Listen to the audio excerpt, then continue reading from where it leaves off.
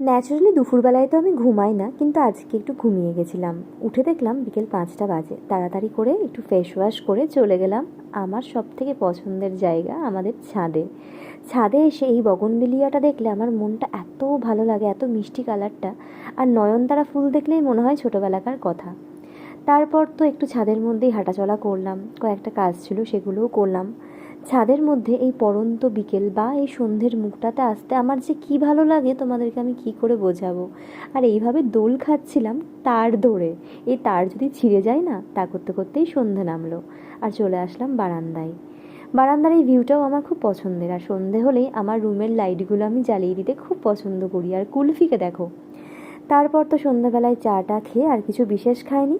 তারপরে ভাবলাম রাতের জন্য একটু স্যান্ডউইচ বানিয়ে নিই। আমার favourite sandwich, egg potato sandwich with mayonnaise বানিয়ে নিয়ে রাতের ডিনারটাও আজকে সেরে ফেললাম।